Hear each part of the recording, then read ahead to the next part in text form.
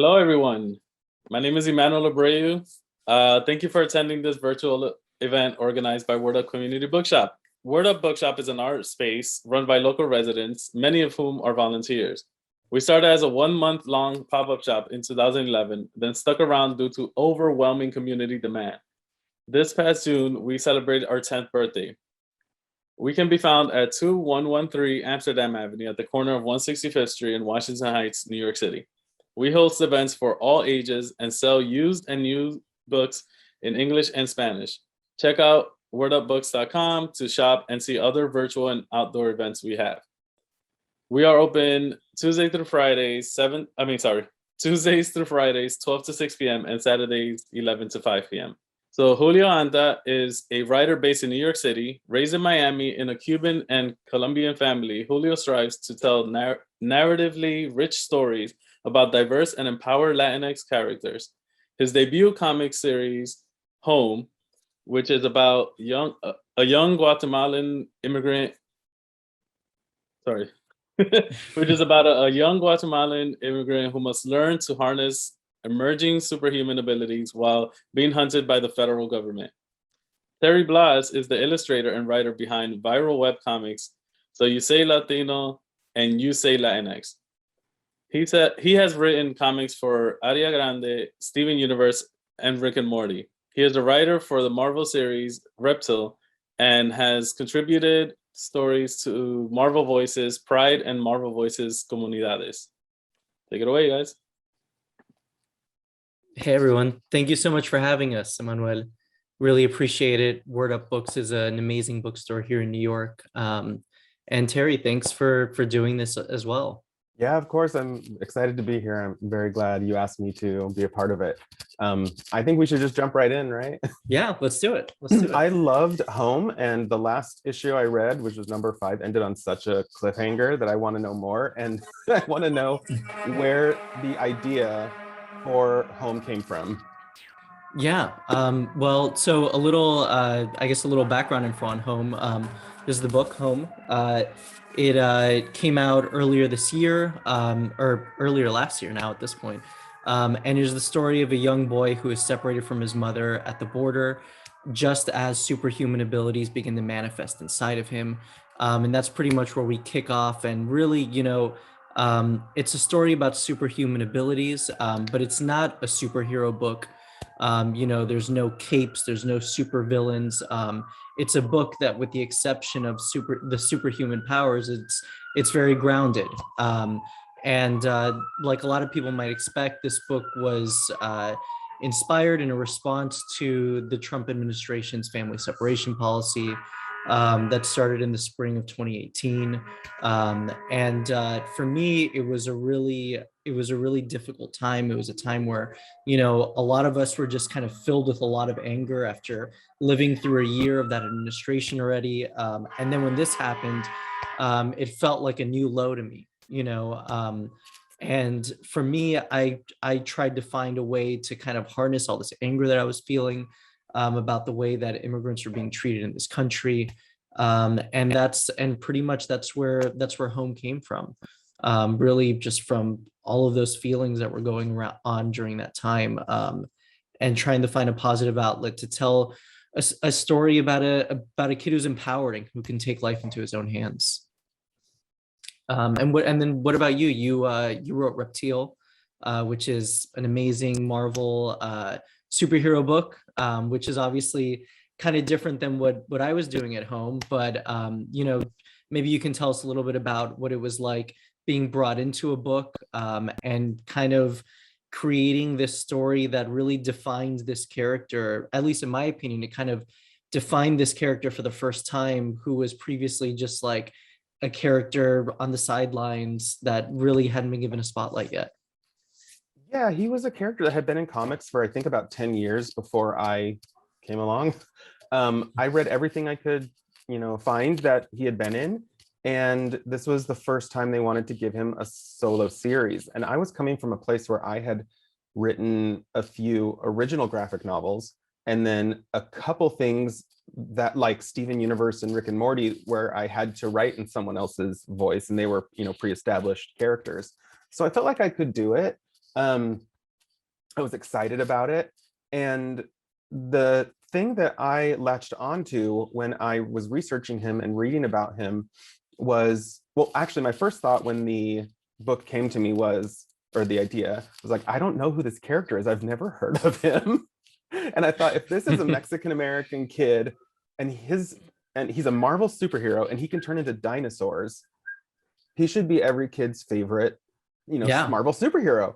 And so that to me was a great opportunity to do a story about representation and have, a family for him that's asking him, why don't we know who you are? Why are you not a visible hero for our community? And I thought that was an interesting point to latch onto, but so much of his story kicks off with his parents, who were paleontologists, disappearing. And I was like, does he not want to find out what happened to them? They've touched on that a little bit, but I was like, so much of stories about Latinos and Latinas and Latinx people are about family and about community. And I wanted to do a book that was very unashamed of the fact that it was very Mexican. Mm-hmm. And hopefully I succeeded. I think it was a fun book to do because, there aren't a lot of visible, I think, Mexican heroes unless you really search for them. Yeah, and I think you did succeed, because that was one of my favorite parts of the book, is that it felt so lived in. It felt so natural, I guess. You throw in Spanish in the same way that a family might throw in Spanish in between English while having a conversation. You built, and tell me if I'm wrong and this was already pre-established, but I think you built out his whole family, right, with his cousins, and created those characters as well, right? Yeah, his grandfather had been in previous issues, and all I really knew about him was that after Beto's parents disappeared, his grandfather raised him, and he likes to play video games. And so I kept that in there. I thought that was a fun aspect to his abuelo. But I thought, I have to give this kid people to talk to, and so I may as well give him cousins. And so many of us have a lot of cousins, and I thought it was a good opportunity to sort of sneak in like another little team for him, even though it was a solo book. And that's why I felt like it was a good opportunity to do something about representation, because one of the fastest growing demographics in the country, if not the fastest, is the college educated Latina. And so, where's the representation for them? I wanted there to be a young, smart, kind of do-it-yourself, scrappy, girl who was strong because she was smart, and she used her intelligence to learn magic. And his cousin, Julian, who is Ava's brother, his other cousin, he's a young gay Mexican boy who's not ashamed of the fact that he's gay. And I think that seeing that, it would have blew my mind when I was a kid if I'd read something like that, because I had to wait until I was an adult to see something like the gay Mexican kid on Ugly Betty before I felt like I had like was seen anywhere on TV or something, like he's like, I can't eat flan, it'll go to my butt, and I'm gonna watch the Golden Girls. And I just felt like it was great to do. The Latinx community is 50 to 60 million strong in the United States. We're the largest ethnic minority group in the country, with the least amount of representation across the board in film and music and TV and comics and books. And I just really strive in all my work to represent and to have young women who are Latina, young men who are Latino, queer characters, a diverse casts in my book, because I think it's important. And when we want to feel represented, or when we are represented, we feel seen. And I think that's what empowers people to create more stuff. Yeah, definitely. And one of the things I loved about Julian too is that there, as far as I remember the story, at least, there's no trauma, there's no, he gets to just live his life, the way that he is, seemingly accepted by his family. And I love that, and I think, in Home, we don't approach that, but we do approach the family dynamic, the intergenerational conversations with Juan's cousins, who are Mercedes's children, and the way that they struggle with their own superhuman abilities compared to their mother, who wants to keep things hidden. And I think you touch a little bit on that with the family dynamics. But I did love that, like you said, his female cousin, her strength was just derived in, how intelligent she was and how she was able to teach herself magic. And not to spoil anything for, people who haven't read it yet. But, you created a new hero with her as well, which I loved, and I think to your point earlier as well about representation, I'm somebody who is Cuban and Colombian American, grew up in Miami, which is obviously a majority Latino, Latinx city. But with the exception of Spanish language TV, which obviously there was a lot of it in Miami, I also never saw myself represented in any sort of media, and when we talk about the fact that, Latino people are almost 20% of the population in the US, yet the least represented, I think that is especially the case in, books and comics, even more so than film and TV. I think books like Reptil at Marvel are really important because we can create our own characters like I did with Home and like you've done with some of your other books, but they naturally don't have the same appeal and the same marketability as a company like Marvel that has this huge cinematic universe and the ability to bring characters to screen and TV, which is super exciting. So it's great to see people like you writing these characters. Thank you. I think both are super important because, before COVID, 25% of all movie ticket sales every weekend were purchased by the Latinx community. We were an entire quarter of those sales. And so I feel like sometimes people who lead companies who are in charge of these big businesses might say, well, we already have your money, so why would we change anything? Why would we, add more representation that you're saying you want? And I think that if we do both, if we have characters who are established in, say, like a Marvel or a DC, and then great independent characters too, and we support both of those books as a community, then I think it will tell these people like, oh, these are successful, and if we want to continue to be successful, we should embrace what is happening here. And so I think that's really important. I love that both of our books have they're about young boys who also have powerful cousins. And I think that something that I really enjoyed about your book was that I didn't expect to be surprised by spoilers by the fact that his cousins also have powers. I thought it was going to be a book about one singular character. And can you talk a little bit more about your decision to have it be about a family that had powers as a whole? Yeah, the book was originally released in single issues. So this is going to comic book stores and the direct market. And we've kind of touched on this a little bit. Obviously, that's how Reptil was released as well. But there is so few Latino characters and creators in that direct market space. I think we see more of us in the book market, where I think book publishers are more willing to take these chances that Marvel, DC, Image, these kinds of comic book publishers are willing to take. So I wrote this with that market in mind. And what's the majority of the books released in that market? It's superhero books, So I wanted to use this book as a vehicle to talk about something that I thought was important. Something that when I heard the news of it made me really angry, which is family separation. So to be able to tell that story and speak to that audience, I wanted to build this family, this superhero team kind of thing with these characters. So that's really what was like the driving force and what informed giving his family powers, giving his aunt and his two cousins powers.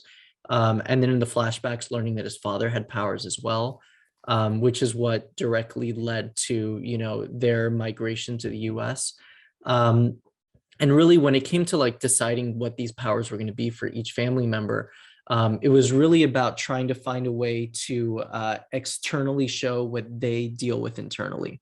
You know, so for Juan, the main character, you know, he's a 10-year-old boy who his life is just spinning out of control throughout the whole book.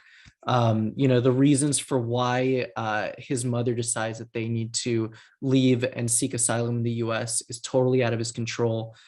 Being separated from his mother in this cruel new practice that nobody had any idea was going to happen, that's totally out of his control. And then the emergence of these powers are also out of his control.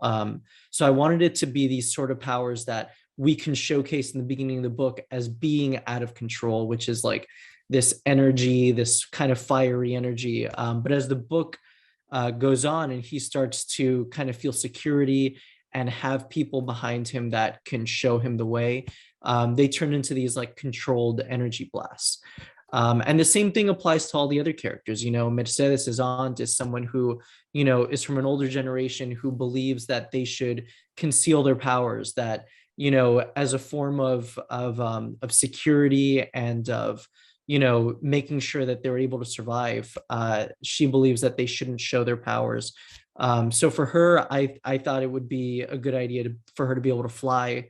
And also because she can protect everybody else. And she's always like stressed out about what everybody else is doing, those kind of like force fields.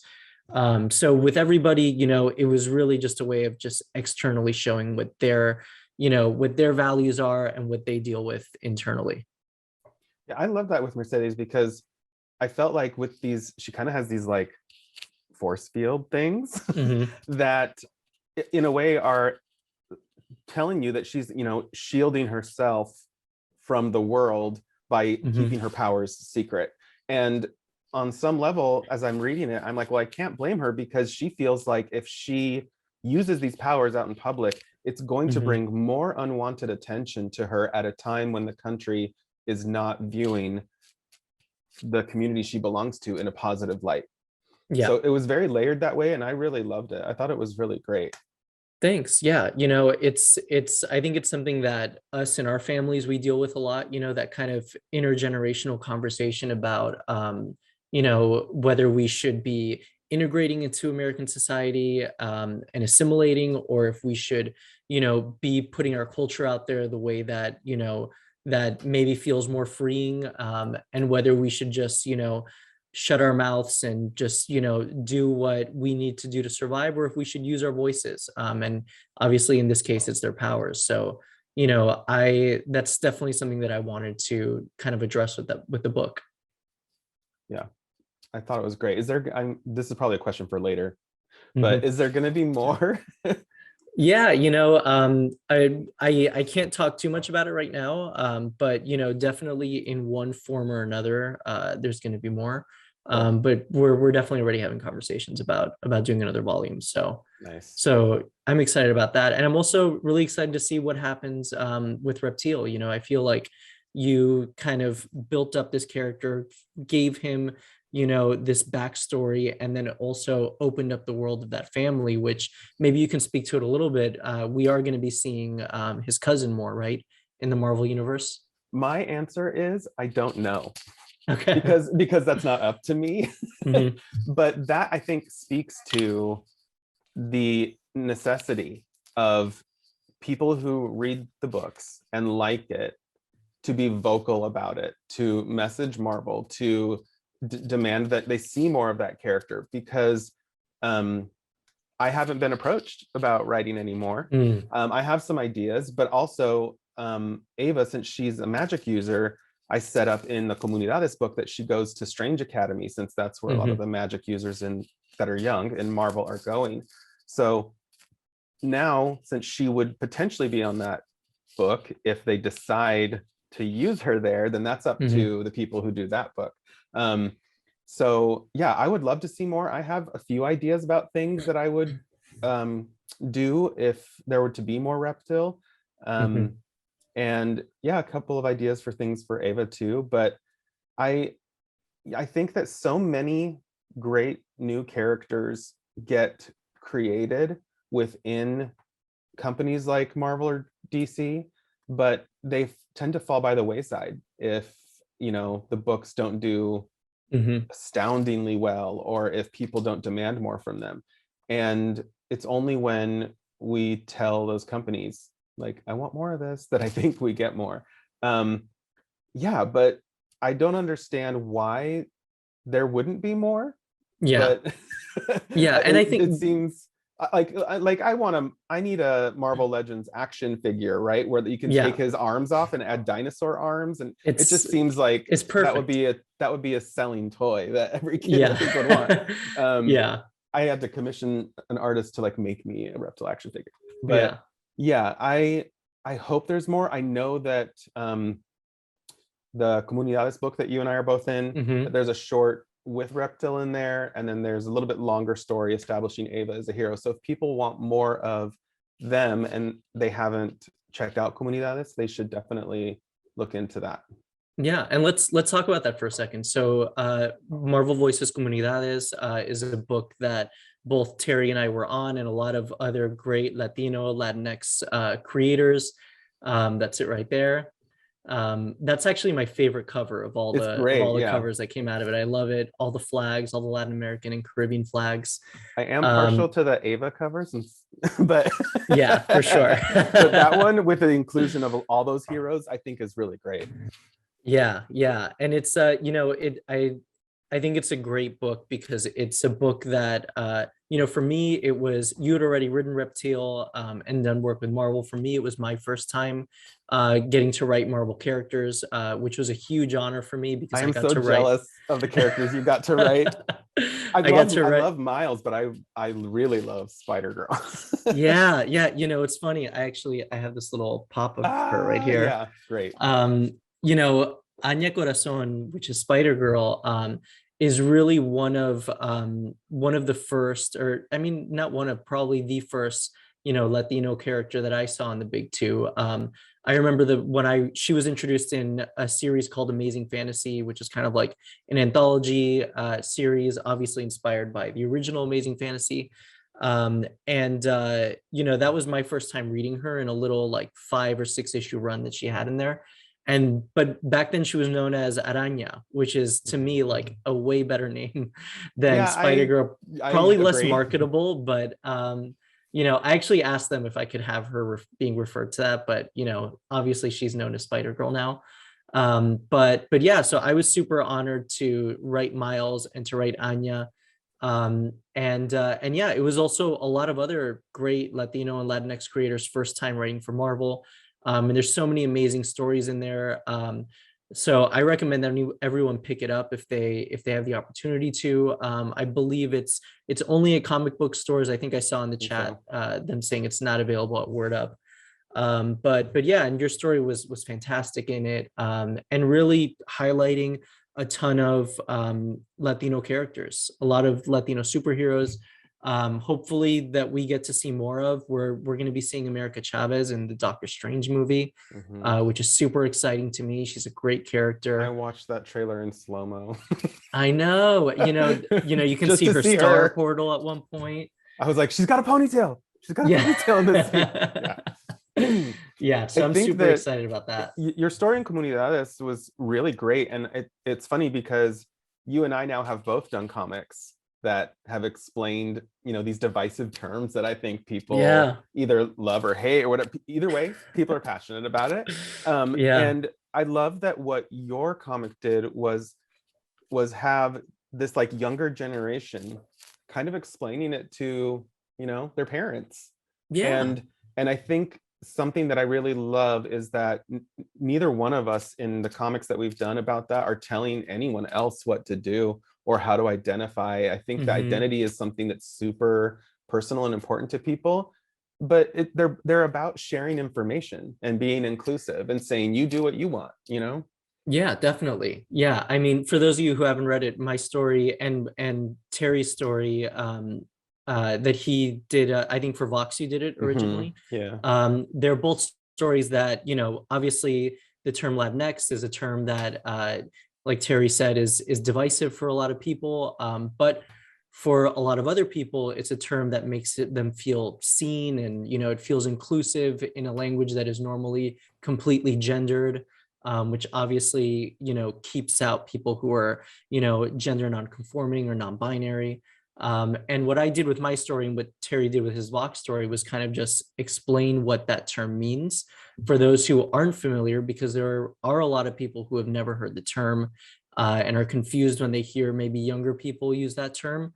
But then also with my story, and I think you said with yours as well, you know, it was all about just saying like, this is why some people like to use that term and why it's a term that's more inclusive, but that's not to say that you now have to be identified as that term. You should just respect it when other people say that that's how they like to be identified, and identify them as such. Because, you know, at the end of the day, like Hispanic, Latino, They're all made up words. Spanish, yeah, they're all made up words, and they're all different words that have been used in different generations, you know, and they're also words that some people don't accept at all. You know, some people say, I'm not Hispanic, I'm Cuban, you know, I'm not Latino, I'm Chicano, you know. So at the end of the day, like we come from a, you know, a messy background, you know, of indigenous people, of colonialism, of, you know, slavery, and there's no, you know, there's no one term that's going to define this entire, you know, South America, the Caribbean, different generations of migration into the US. But at the end of the day, I think it's just what we were both trying to say with our separate books was that you should just respect how people want to be identified, you know, and that's really all it's about, you know. Yeah, I think, you know, I like to say, if you go back far enough, our ancestors didn't speak Spanish, so all words are made up. I'm curious a little bit if you have other favorite Latinx superheroes, whether that be in Marvel DC or that be in independent books, Yeah. you know, anywhere, TV or whatever. Yeah. So, you know, I mentioned Anya, Spider-Girl, Miles. Those are definitely my two favorite Marvel superheroes. But then, like, you know, there's great, I think your friend too, Alex Segura, he wrote The Black Ghost, which is a great comicsology and Dark Horse book of a, you know, a Cuban-American journalist who takes up this mantle of being a superhero. That's a really great book. I love that character. My friend Gerard Rosello has a book called Red Panda and Moon Bear, which is a middle grade book, and it's these two Cuban American siblings who run around their city using superpowers. So those are also great Latino Latinx superheroes that I love. What about you? Yeah, you mentioned her before. I love America Chavez. I think that's a great character. Recently there was a run of like a solo series that involved her, that retconned her a little bit, and that seemed to be divisive to people, but I actually really enjoyed it because, you know, I feel like it's difficult to place that Latina label on her when I'm like, well, but she's from the utopian parallel? Is there Puerto Rico there? Is there, you know, you don't know. And so I think sometimes we fall into the trap of like, well, let's just say Latinx then to be inclusive, and when a character represents for everybody, then quite often it's difficult for people to feel like they represent for anyone. And so I love that they're kind of like, nope, she's New Yorker and she's Puerto Rican. And I was like, that's great. And so I really like her character. I love Blue Beetle, which is funny because one of my favorite, I don't know if he's a superhero, but one of my favorite Latino superhero characters is Miguel on Cobra Kai on Netflix. And coincidentally, that actor is playing Blue Beetle in the DC film. And so I think that's really cool. Yeah, I think there's a whole bunch if we really look for them, if we really kind of seek them out. The thing with Comunidades that I think is cool a sense it's showcasing so many heroes, is that there are these very different stories in it of different characters. But I want people to remember that, you know, if their favorite character, their favorite Latino character or Latina superhero wasn't in this book, it's still important to support the book, read it, maybe find a new hero in the book that you didn't know about that is cool, because that will only further Marvel making more. And then in the next volume, your favorite character could have an entire big story. So I think that it's important to recognize those things with this new line of books that Marvel's doing. I like Richter too. Richter's cool. Oh, and you know, I totally forgot about Miguel O'Hara, Spider-Man 2099, who is going to be now one of the stars of the next Spider-Verse movie. I think Oscar Isaac is voicing him, so I'm super excited about that. But maybe, you know, you have a book that's coming out tomorrow. So maybe we can transition to real life Latino heroes. I have a book called Si Se Puede, which is kind of, it's coming out next year. The subtitle is The Latino Heroes That Changed America. So it's kind of like a survey of important Latinos throughout history. And one of the people that I cover in it is Cesar Chavez, which you wrote a book that comes out tomorrow. I believe it's a middle grade book about Cesar Chavez. So maybe you can tell everybody about that and why you wanted to write about him. Sure. The book is called Who Was the Voice of the People? Cesar Chavez. And it looks like this. It is the latest in a new line of graphic novels for middle grade readers that is part of the Who Was series. Previously, those books, that series has been prose without illustrations, really. Or I mean, a few small interstitial ones, but not an illustrated graphic novel. Chapter now, books, right? Yeah, now the Who Was line is doing comics. This same line is including a book about Rosa Parks, one about Joan of Arc. So it's a wide variety of people. It's really cool. But yeah, what I really liked about the idea of writing Cesar Chavez was the fact that everything I read about him seemed to point to the fact that he was very much a person who was like, well, if not me, who? You know, like, if not now, when? Like, and that's something my mom used to say to me all the time. and I liked you know, it's something that I've told myself previously too, in like creating stuff and making books and doing my best to try to make art and represent is like, somebody has to do it. So why can't it be me? You know, and, you know, when presented with a really difficult idea of, hey, what if we do this pilgrimage, this like march from Delano all the way up to Sacramento, he just made it happen. Like, you know, he and 300 so many miles. other people, and so many other people who were involved really banded together. And I felt like that he and Dolores Huerta and so many other people involved in this were these great heroes who were like, no, we're going to make a change. And the option of like, or the idea that it wouldn't happen, that they wouldn't make a change, like, didn't enter their mind. So that was really the driving force behind why I wanted to write the book. I was terrified, since it was the first thing I wrote that was about a person who had actually lived. So that was interesting. But hopefully I feel like people can really enjoy it. What I like about this line of books is that they aren't necessarily like, this person was born here, they did this, and then they passed away in this year. It's more like, what I was told was, choose an important and interesting part of their life and tell a story about that. And I thought, well, this to me is a really interesting, it's like a road trip, but on foot. You know? And it's also like kind of smack dab in the middle of, you know, the story of unionizing, you know, the farm workers, right? Because at the end of the pilgrimage, it's not, they don't succeed with their goals. You know, they still have the boycott to come. So why the pilgrimage? Because I think it's definitely, when people talk about the story of Cesar Chavez and Dolores Huerta and the Farmers Union, it's definitely a part of the story that people tell, but I feel like the boycott is like maybe the thing that most people find more exciting. So why do you choose the pilgrimage? Because I feel like it's not often covered the way it should be.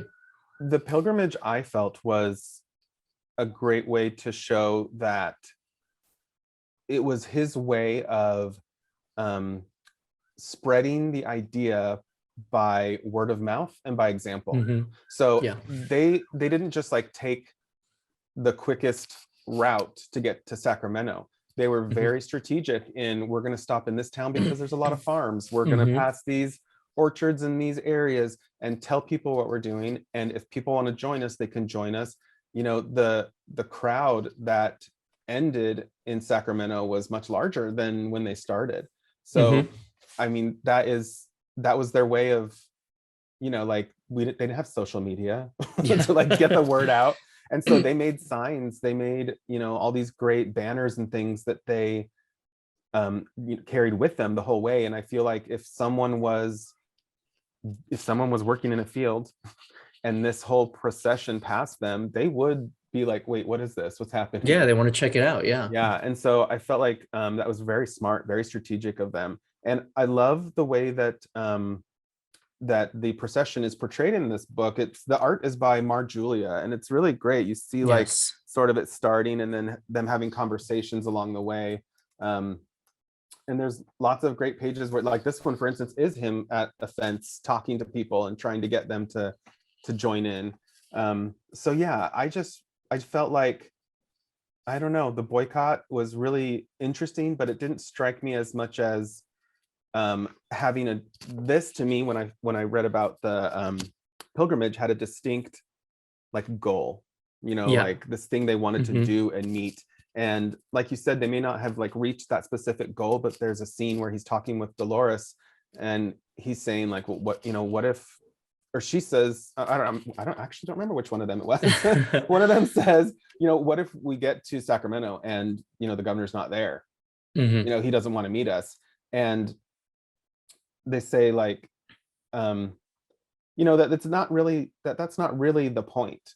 That the point is to like ignite this spark in people, and then when they get to Sacramento, give a speech on the Capitol steps. Like that's that's good enough. And that's one of the things about what they did. Also, they also just ignited this movement of Chicano pride, and but even, and I'm sure this is probably like towards the end of your book, but they did have successes with this, more so than just like PR. They struck their first deal with one of the growers, but yeah, I was really excited when I saw that.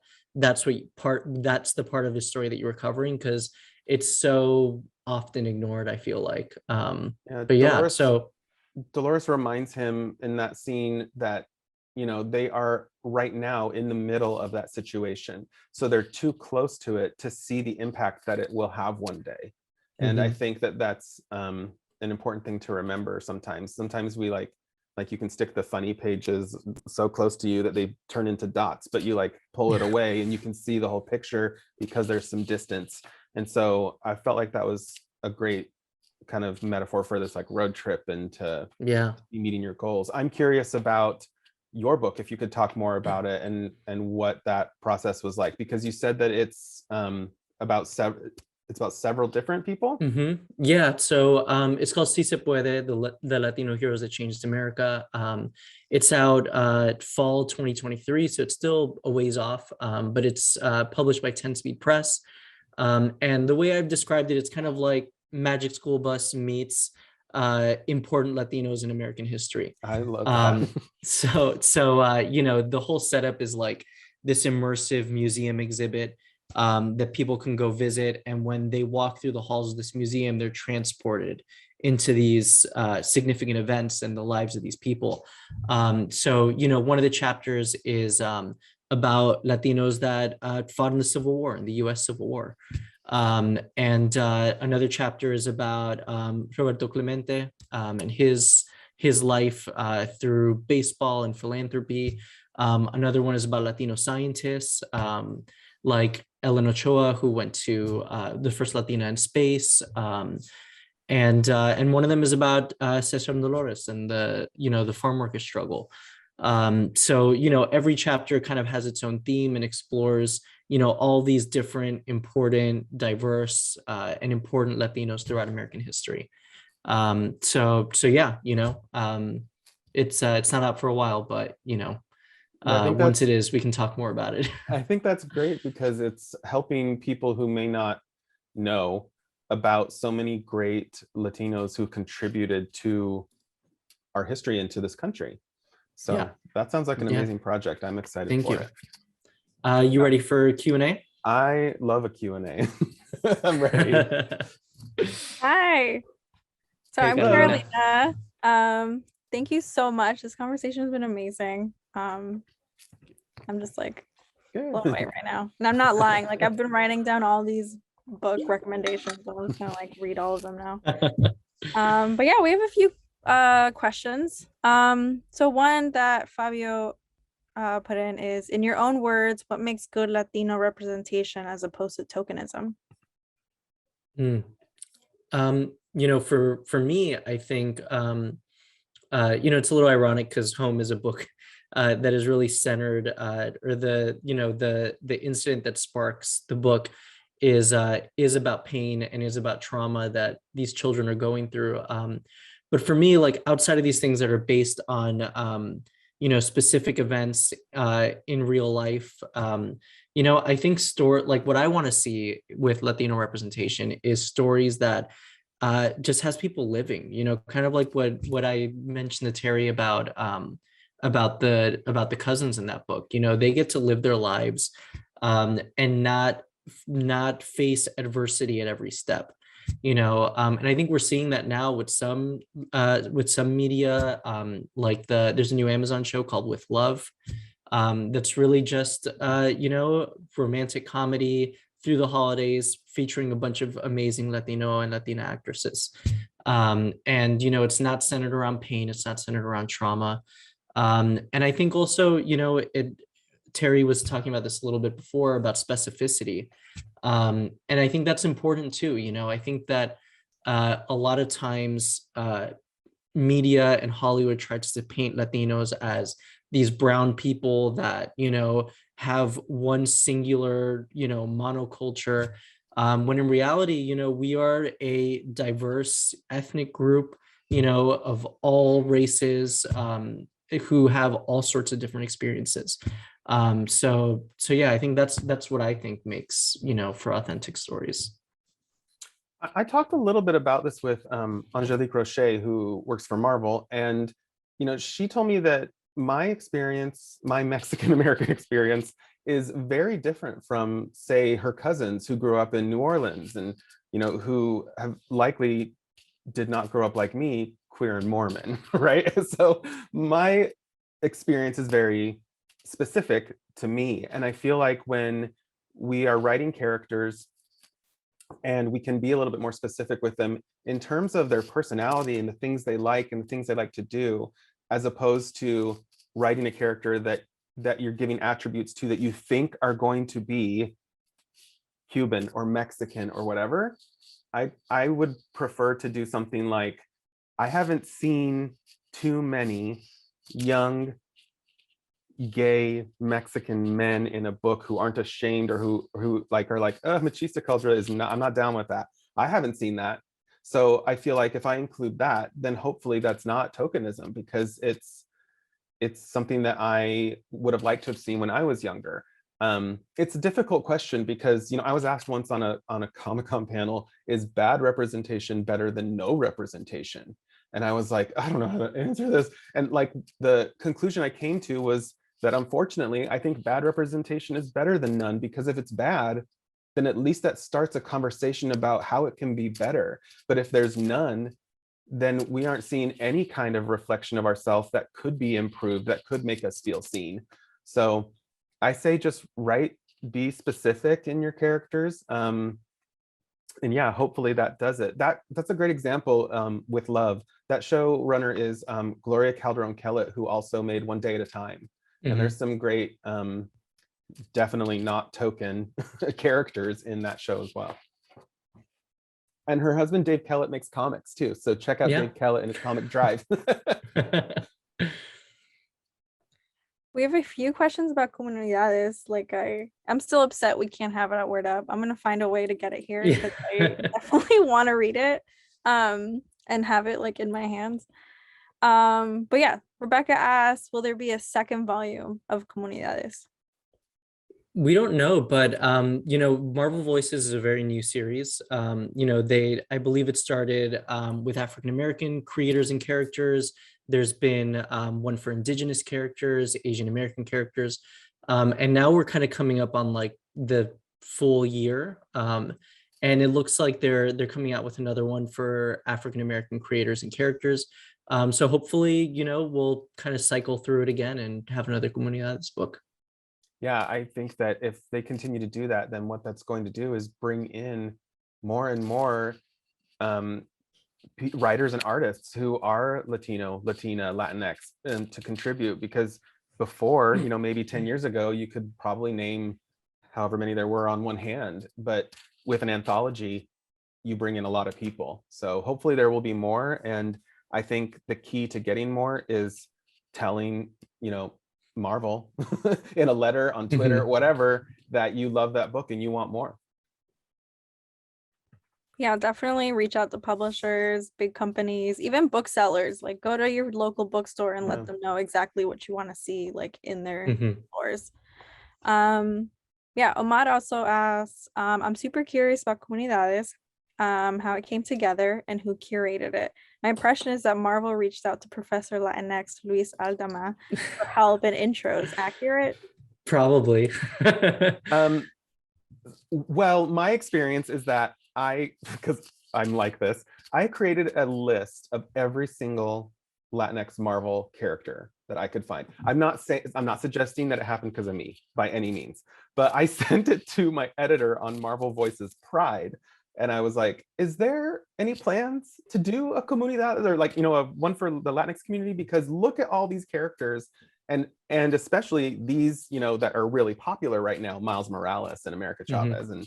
And she was like, yeah, something's already in the mix. I'll let you know more soon. That is done by two great editors, Lauren Amaro, who edited me on Reptil, and Sarah Brunstad, who was the other editor that put it together. I know they did reach out to Frederick to be like, do you want to write the foreword? But I think that it was probably something they had been thinking about doing for a while. But yeah, because some of those characters are so popular, I think it was a like, what characters do we include and what characters who are a bit more obscure can get some attention in this. Yeah, the cool thing about Comunidades is that I think in each, well, in the Prides, or there's so many of them now, in the Marvel Voices series, is that in each issue, they try to bring in a character who is either newish or new and establish them more as a superhero. And that's what happened with my character Eva from Reptil. So the more Voices books we get, the more diverse superheroes we're going to get too. Definitely. So something I am definitely interested is just like, you know, getting kids to read. And one thing we always hear over and over again is how much kids are really enjoying graphic novels and like, and I know that a lot of teachers are actually interested in introducing more graphic novels into their classrooms. And so I was just wondering, do you guys have any advice for teachers who are wondering how to bring in graphic novels, or even just parents trying to get kids to read more with graphic novels and, you know, seeing themselves on those pages? Yeah, I mean, you know, this is a good opportunity. Home has an educator guide in the back of the book. So I would say, you know, try to do a little bit of research. There's a lot of books, a lot of graphic novels now that have free educator guides online. So Home, it's actually in the book. A lot of them are usually just like online downloads. But also I'd say like talk to kids, you know, like talk to your students, because you know, they're going to know about a lot of these books. And also, you know, there's great lists on different like websites and resources about like, you know, Latinx, Latino books written by Latino creators, which I think is like the key in all of this also.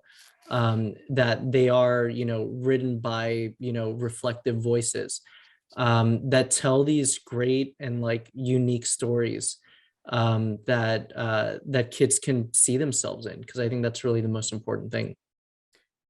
I would say I love making lists. So start a list, even if there's nothing on it. Go to your local comic store or their website, whatever. Call them if they're only doing like curbside stuff, and just talk to them and ask them for recommendations. I worked in a bookstore for many years, and when someone would be like, I would like a recommendation, it was the best thing in the world. You got to talk about books that you liked and things that they would probably be into. I think a common misconception about comics and graphic novels is that they're all about superheroes. And if a lot of parents and educators realize that you've got to think of them more like a genre, or not a genre, but like A format. Yeah, like movies. There's horror Mhm. movies, there's drama, there's comedy, there's comics for anything, as long as there's drawing and writing. And I think that if you seek out specific things and you realize that kids can learn how to read, and their reading comprehension can grow exponentially by combining words and pictures, that comics are a great way to do that and to educate children. I mean, not to be this person, but a middle grade book for Latino kids is this one that I wrote, Hotel Dare. And the year that I promoted this at the American Library Association conference, the #1 question that people were asking, librarians were asking different comic publishers and book publishers, was, what do you have for a Spanish speaking or Latino audience? It was the #1 question. And I felt like what I wanted to do was create a book for middle grade readers that was basically like, this is Harry Potter and Star Trek, but for Mexicans, for Latinos. Like all of our modern day fantasy and sci-fi, it's very European in its visual look and aesthetic. That's like Game of Thrones, like Lord of the Rings, whatever, Harry Potter, all of it. And by default, if there's stuff out there that looks more like our cultures, I think kids will be able to latch onto that and look at those things and really feel like there's graphic novels out there for them. Start lists. I have a whole book of lists. I'm weird, but I feel like it's a great way to, keep up with some recommendations and some things. Yeah, I definitely want to ask you about those lists, just because as a bookseller, we're always asking for like more knowledge, especially like comics, because I'm like trying to get more into it. So I need all these lists. I'll email. These are all for like middle grade reader. I'll email you later. Awesome. So Luis asks, how would you describe the comic making process behind these books? Did you guys feel pressure with the job of representing the Hispanic/Latino community? I think kind of to what we were talking about before about specificity. I think if your goal is to represent all Latinos, then you're going to fail. Like I said before, like we're such a diverse group of people from so many different places and generations of migrating to the US, and no story is going to be universal. So I think if that's your goal, then you're not going to succeed. I would say just tell a specific story. If it's not something that you have direct experience with, do your research, talk to people, and make sure that it's being done in the right way. I think sensitivity readers are also a really important thing now. In one of my upcoming books, there's an Indigenous character in it. And we had a reader just take a look at it and just tell us, is this bad representation? Is there, something that you would like to see changed that you would think would be meaningful? So I think, we get into a dangerous place when we say that we can't write anything that is out of our personal experience, because then we really won't see the representation that we say that we want. But I think it's about just being responsible, Yeah, I agree with that. I feel like if I only ever wrote about what I knew and not what I want to know, or people who are exactly like me, then every one of my books would be exactly the same. And a thing that I think a lot of people don't realize is that if you write characters more specifically, that they actually will speak to more people. And so that's a little hidden secret that I think we can at least try to remember when we're writing, so that we don't feel so much pressure to, represent for an entire community. There's no way I can do that. I don't represent for an entire community. I just try to represent as best I can. But yeah, also people are hungry for that representation. So the more that we do, the more that will be out there, the more that someone will find something that, oh, well, this book about this Latin kid is more kind of something I, feel represents me than maybe this one over here. The power of more than one is really great. So Omar has another question. They said, I'm curious what types of small collaborations with fellow Latinx comic creators that you're both open to. What types of things would you truly consider? Yeah, I mean, I think it depends, like for me, and I think Terry and I have never talked about this, but based off what you said, I think we both write stories that like we're both interested in and curious about. Si Se Puede, my book that's coming out next year that I mentioned, like that's what that book was. It was about my curiosities, me wanting to find out who these, Latino heroes are in American history, and discover people that I've never heard of. So, for me, when it comes to collaborating with other people, it's all about like, do our interests align, or do our curiosities align? So I think that's really the way that I kind of decide what I'm going to work on and who I'm going to work on those things with. I agree with that 100%. I feel like, when we collaborate with other people, sometimes, like, I know I'm a very impatient person, and I know that comics take a long time to make.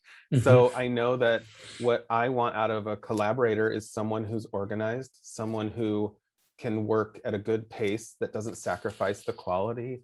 I mentor students through the university that I went to who are making comics, and something I tell them all the time is that if they can tell shorter stories, it will prepare them for bigger stories. And so I would be more willing to collaborate with someone who is new to comics, who is wanting to do something like a short in an anthology, or something that can be made a bit quicker.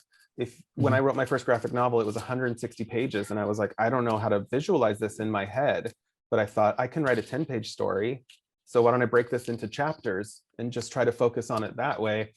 I find that a lot of young people who start out making comics are like, so I've got this idea, and there's like this world with like 10 races of elves, and they speak 15 different languages, and there's this crazy vampire thing that's happening, but I'll get to that later. It's like, no, what's the story? Like, I would rather a 5-page story about someone grocery shopping that had like comes to a realization, So I would say that I'm more open to collaborating with people who are organized, people who are quick, and people who want to tell shorter stories. I guess we'll do one more question and then round out the night. But Oscar asks, we have seen many stories of Latinos living in the US. Why do you think we don't see more stories of Latinos living in Latin America, like a Marvel/DC hero living outside the States? Yeah, I mean, I think when it comes to the big two, Marvel and DC, I think they know where their readers, and because I think we need to distinguish like comics from movies, because obviously Marvel and DC movies are these huge mega blockbusters that screen all over the world and make billions of dollars. But comics are a lot smaller, and I think they know where their audience is, and I'm assuming that audience is mostly in the US. So I think just like from a practical perspective, that's why we don't see them. But I would love to see that.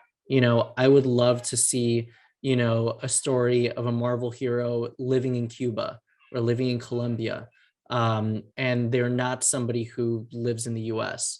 So yeah, I mean, I would love to see that. But at the end of the day, like, I think that's why people like the editors that we worked with at Marvel Comunidades are so important, because we need people who want our voices in these companies, and who we need Latinos in these editor positions, and I think we see that a lot more in the book market, and I think that's why, like I said before, we see a lot of these stories that are willing to take more risk in that market versus the comic book market and the direct market. But at the end of the day, like, we just need people who want to see these stories. And I think once we get more of ourselves in those companies, then that's when we'll start seeing some of these stories that people want, that take place in other countries. Yeah, I think for better or for worse, a huge chunk of the media that gets put out into the world comes from the United States. So many of my cousins in Mexico were like, "Oh no, I've seen that movie. Oh no, I know that TV show." But how many shows from Mexico do we recognize? Can we name? I think because Marvel and DC are American companies, a lot of the people who are writing for them are coming from the perspective of also being from the States. So when Marvel or DC asks you to pitch something, someone who's lived their whole life in Idaho, like where I grew up, might be like, well, what do I know about living in Colombia? What do I know about living in, an Asian country? They might not know as much. There's a great superhero that hasn't had a lot written about her in Marvel, this Mexican hero, and her name's Hummingbird, and she's from Mexico. And not a lot, she doesn't know a lot about her past, and I think that's a perfect opportunity to do a comic about a character who is from another country, grew up there, lives there, and is searching for their identity. So yeah, I think hopefully it also falls to us to hopefully have the courage to try to pitch and tell stories about people who are living in other countries, or hire someone who's a writer who has lived in another country, and or who is from another country, to write those things. Definitely. Well, thank you so much to you both for this amazing conversation. If you missed it or want to watch it again, we'll have it on our YouTube page eventually. That's just youtube.com/word-up-books. Yeah, thanks so much. I'm like, thank you for having us. Super excited to have your books. And yeah, definitely, if you can't buy from us, buy it from your local bookstore or comic book shop. Support them as much as possible, especially right now. And yeah, thank you. Do you guys have any last words for everyone? Just thank you for hosting us. It's been amazing. Please support Word Up Books, great bookstore. And yeah, buy our books from them, buy other books from them. Yeah, thank you so much. Yeah, remember that bookstores sell graphic novels too. We do. All right, well, have a good night, everyone. Bye from New York, bye from Washington Heights. Bye, thank you, everyone. Bye, thank you.